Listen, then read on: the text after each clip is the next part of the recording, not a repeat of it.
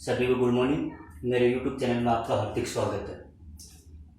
कल अपने कर रहे थे सरल सूक्ष्मदर्शी के बारे में। सरल सूक्ष्मदर्शी का अपने किरण चित्र भी बना लिया था, उसकी परिभाषा भी आपको बता दी गई थी और उसका सिद्धांत क्या होता है वो भी आपको बता दिया गया था। अब आगे जो चलेंगे, अपने आगे जो टॉपिक होगा अपना इसी का ही है, वो है सरल सूक्ष्मदर्शी की आवर्धन क्षमता। वो अपने निकालेंगे। तो एक बार पहले चित्र के बारे में देख लेते हैं कि चित्र अपने पास में क्या था। मैंने आपको बताया था कि सरल सूक्ष्मदर्शी क्या होता है कि एक ऐसा प्रकाशीय उपकरण होता है जिसकी सहायता से निकटवर्ती सूक्ष्म वस्तु का बड़ा प्रतिबिंब बनाए या बड़ा प्रतिबिंब बना दे, उसको क्या कहते हैं अपने? सरल सूक्ष्मदर्शी कहते हैं। यह सरल सूक्ष्मदर्शी की परिभाषा थी। सरल सूक्ष्मदर्शी का सिद्धांत क्या होता है? जैसे आपने लेंसों से प्रतिबिंब बनाया था, 10th क्लास में सभी बनाकर आए अपने, तो उसमें आपने क्या देखा था कि जब वस्तु उत्तल लेंस के फोकस और प्रकाशिक केंद्र के मध्य होती है, तब उस वस्तु का प्रतिबिंब कैसा बनता है? आभासी और सीधा बनता है, और वस्तु से क्या होता है? काफी बड़ा होता है। और वैसे तो इसे उत्तल, अगर एफ और ओ के बीच में तभी बनेगा अगर एफ और ओ के अलावा अन्य जगह पर अगर वस्तु रखेगी तो उसका प्रतिबिंब क्या बनता है? लेंस के दूसरी साइड में बनता है, और वो क्या होता है? वास्तविक होता है। तो ये अपने 10th क्लास में देखा था। तो अब अपने इसमें सिद्धांत के बारे में कैसे बताएं कि सरल सूक्ष्मदर्शी का सिद्धांत क्या होता है? सरल सूक्ष्मदर्शी का सिद्धांत यह होता है कि जो अत्यंत सूक्ष्म वस्तु है उसको सबसे पहले आपको कहां रखना है? आपको रखना है स्पष्ट दृष्टि की न्यूनतम दूरी। आप सभी को पता है कि स्पष्ट दृष्टि की न्यूनतम दूरी कितनी होती है? 25 सेंटीमीटर होती है। ये डी होता है। तो स्पष्ट दृष्टि की न्यूनतम दूरी पर उस वस्तु को रखा जाता है पहले। फिर उसी वस्तु को उत्तल लेंस के सामने उसके मुख्य फोकस F तथा प्रकाशिक केंद्र C के मध्य रखकर उस वस्तु का बड़ा और आवर्धित प्रतिबिंब वस्तु की ओर ही प्राप्त हो। देखो, वस्तु की ओर ही प्राप्त हो, यही सरल सूक्ष्मदर्शी का सिद्धांत होता है। ये अपने सरल सूक्ष्मदर्शी के सिद्धांत के बारे में कल के बारे में अपने चर्चा कर चुके हैं। अब आज अपने क्या निकालेंगे? उसकी आवर्धन क्षमता निकालेंगे। तो बच्चों, मैंने आपको आवर्धन क्षमता का फॉर्मूला आपको बता रखा है। क्या बताया था? बताओ। m = beta upon alpha. ये बता रखा है। बीटा क्या होता है? बीटा होता है कि अंतिम प्रतिबिंब द्वारा आंख पर बनाया गया दर्शन कोण। एल्फा क्या होता है? वस्तु को स्पष्ट दृष्टि की न्यूनतम दूरी पर रखकर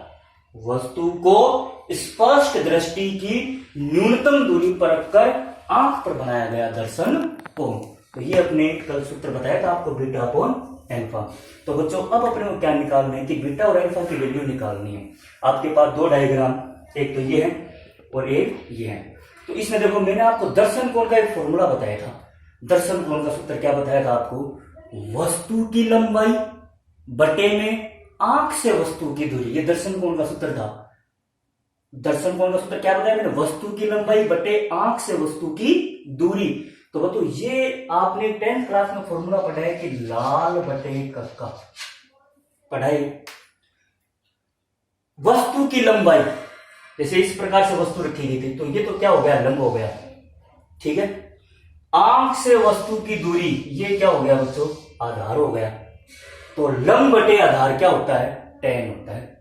मैंने ये तो बताया था आपको दर्शन कोण में वस्तु की लंबाई और आंख से वस्तु की दूरी। इस प्रकार से अपने वो किया था, अपने एल्फा किया था अपने इस प्रकार से।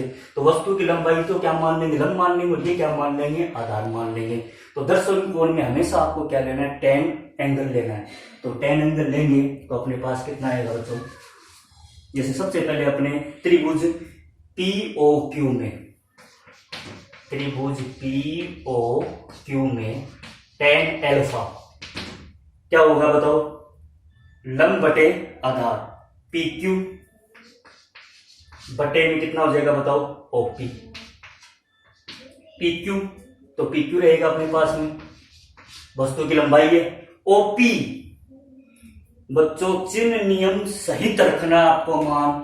अब चिन्ह सहित कैसे रखेंगे, वस्तु ऐसे रखी गई है, प्रकाश इस दिशा में चलेगा, आपको कहां क्या करना है, उसकी विपरीत दिशा में आपको उसकी लंबाई मापनी है। क्योंकि हमेशा तो अपने जो चिन्ह परिपाटी नियम अपने को क्या कहता है कि जो दूरियां होती है सभी दूरियां प्रकाशिक केंद्र से मापी जाती है। तो ये मान लो उसका प्रकाशिक केंद्र है, तो ये प्रकाश इस दिशा में चलेगा तो आपको उसके विपरीत दिशा में चलना पड़ेगा, तो वो दूरी क्या रहेगी, ऋणात्मक रहेगी।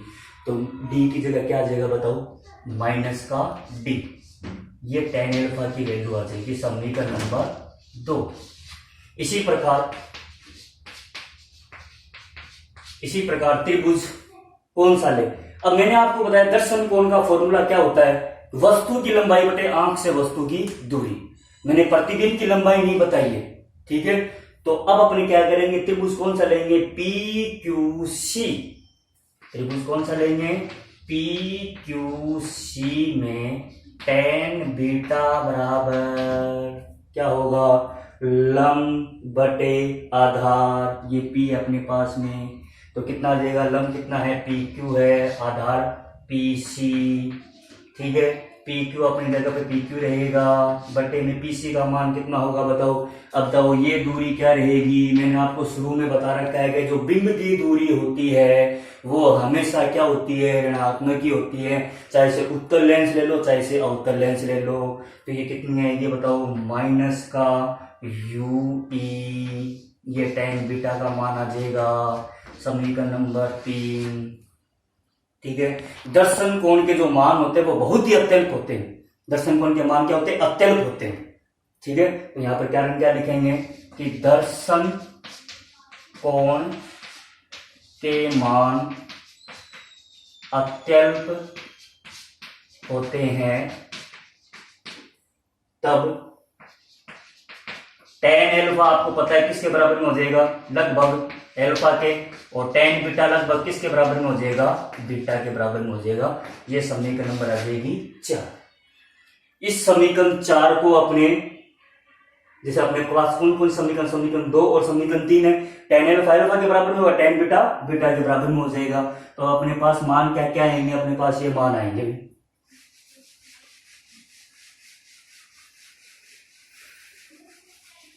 ये मान आएंगे अपने पास। अल्फा का तो मान आ जाएगा अपने पास में, अल्फा का मान आएगा पी क्यू बटे में माइनस का डी, ठीक है। और बीटा का मान कितना आ जाएगा अपने पास में, पी क्यू बटे में माइनस का यू ई।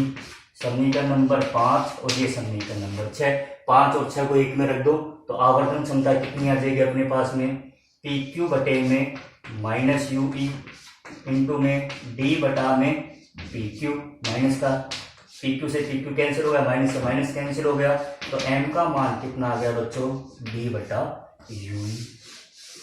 ये आवर्धन क्षमता का सूत्र आ गया सरल सूक्ष्मदर्शी की। इस प्रकार से अपने निकालेंगे। अब इसमें 2 केस पूछ सकते हो आपसे।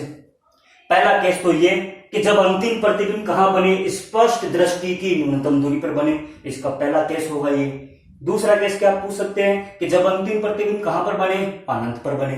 तो ये अपने 2 स्थितियों के बारे में अपने देखेंगे इसमें कि सबसे पहले तो अपन ये देखेंगे जब अंतिम प्रतिबिंब स्पष्ट दृष्टि की न्यूनतम दूरी पर बने। तो इसमें करते हो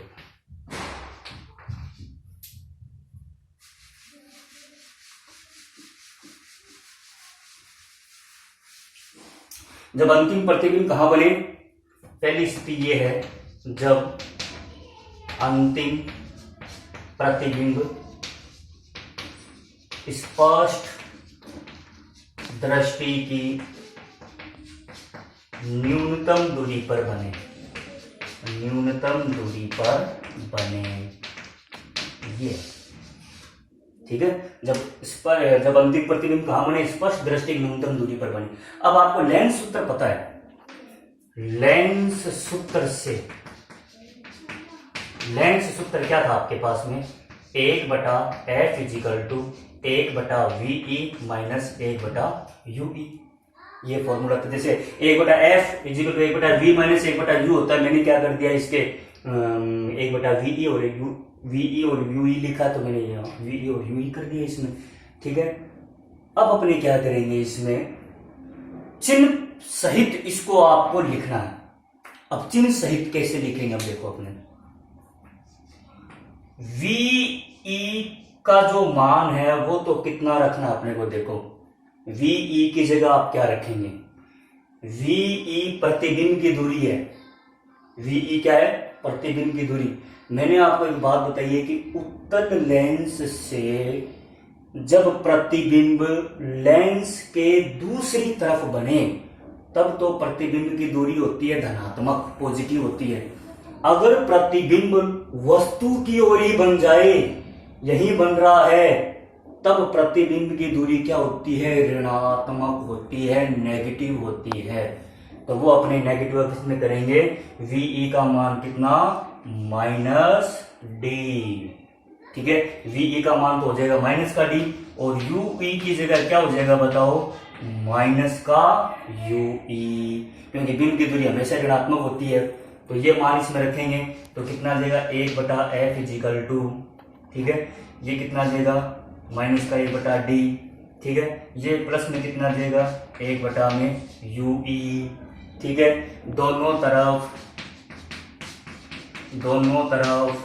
d से गुणा करने पर दोनों तरफ d से गुणा करो इसमें, तो दोनों तरफ d से गुणा करेंगे तो कितना आएगा बच्चों, d/f इजिकल टू, ये कितना आ जाएगा, d से, दोनों तरफ d से गुणा करना अपने को, तो d से गुणा करेंगे तो कितना आ जाएगा बताओ, माइनस का 1 आ जाएगा, d से d कैंसिल हो जाएगा, प्लस में कितना आ जाएगा बताओ, d/ue। ठीक है, d/ue की वैल्यू आप निकाल सकते हो, d/ue का मान है m, आवर्धन क्षमता। तो कितना आ जाएगा बताओ, ये d/f is equal to -1 plus m, या ये कितना आ जाएगा, d/f plus 1 is equal to m। ये लो, ये आ गया जब अंतिम प्रतिबिंब कहां बने, स्पष्ट दृष्टि की न्यूनतम दूरी पर बने तब आवर्धन क्षमता है। ठीक है, ये इस प्रकार से अपने को करना है। तो इस आवर्धन क्षमता से क्या पता लगा कि आवर्धन क्षमता जो होती है, स्पष्ट दृष्टि की न्यूनतम दूरी 25 सेंटीमीटर होती है, जो फिक्स होती है। फोकस दूरी यानी आवर्धन क्षमता का जो मान है वो लेंस की फोकस दूरी पर निर्भर करती है। अगर फोकस दूरी का मान अधिक होगा तो आवर्धन क्षमता क्या होगी, उसकी कम। ठीक है, व्युत्क्रमानुपाती का मतलब क्या होता है कि अगर कोई चीज बटे में अगर कम होती है तो सदैव उसका मान क्या होता है, ज्यादा आता है। अगर बटे में मान अगर ज्यादा हो तो सदैव उसका मान क्या आएगा, कम आएगा। इस प्रकार से अपने, और फोकस दूरी ज्यादा होगी तो आवर्धन क्षमता कम, फोकस दूरी कम होगी तो आवर्धन क्षमता क्या होगी, ज्यादा होगी। तो और डी स्पष्ट दृष्टि न्यूनतम दूरी है जो कि फिक्स रहती है 25 सेंटीमीटर। दूसरा केस देखते हैं अब अपने इसमें।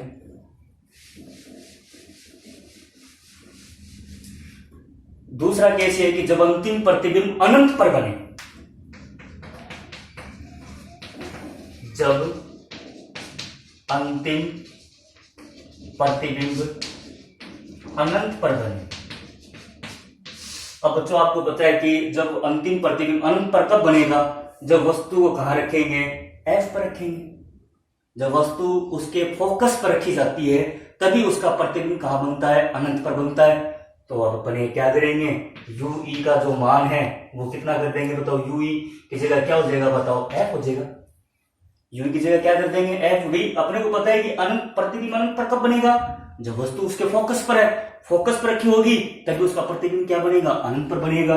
तो अपने जो शुरू में जो मान आया था अपने आवर्धन क्षमता का वो क्या था, m इजिकल टू d/ue था। तो ये जो मान है वो इसमें रख दो आप, तो आवर्धन क्षमता कितनी आ जाएगी, m बराबर में d/f। ये लो, जब अंतिम प्रतिबिंब कहां पर बने, अनंत पर बनेगा तब उसकी आवर्धन क्षमता कितनी होती है, d/f होती है। तो इसमें भी आपको क्या पता लगा, जो सरल सूक्ष्मदर्शी की जो आवर्धन क्षमता होती है वो उसके फोकस दूरी के व्युत्क्रमानुपाती होती है। तो ये दूसरा केस हो गया अपने पास में। अब इसमें एक और कि सरल सूक्ष्मदर्शी के उपयोग क्या होते हैं। भाई उपयोग तो घड़ी ठीक करवाने आप लोग जाते होंगे कि मेरी घड़ी का कोई जो सेल कमजोर पड़ गया या उसके कोई कल पुर्जे खराब हो गए, तो घड़ी साज जो होता है उसके कल पुर्जों को देखने के लिए किसका उपयोग करता है भाई? सरल सूक्ष्मदर्शी का उपयोग करता है। एक तो पहला उपयोग। दूसरा उपयोग आप लोग 11th क्लास से पढ़ कर आए हो, वर्नियर कैलिपर्स देखा होगा। तो वर्नियर कैलिपर्स का पाठ्यांक नोट, पाठ्यांक बहुत छोटे छोटे होते हैं उसमें, तो पाठ्यांक नोट करने के लिए किसका उपयोग किया जाता है? सरल सूक्ष्मदर्शी का उपयोग किया जाता है। ठीक है, और इस प्रकार से अपने ये सरल सूक्ष्मदर्शी के बारे में आज अपने चर्चा की है। तो बच्चों इसको आप आराम से इसको देखना, समझना वीडियो को, और आगे वाला जो कल वाला जो अपने वीडियो करेंगे, कल अपने टॉपिक होगा संयुक्त सूक्ष्मदर्शी। अब जो मैं आपको टॉपिक करवा रहा हूं सबसे मुख्य है, चर्चा नंबर के क्वेश्चन आते हैं, बड़ा क्वेश्चन आता है इसमें से। धन्यवाद।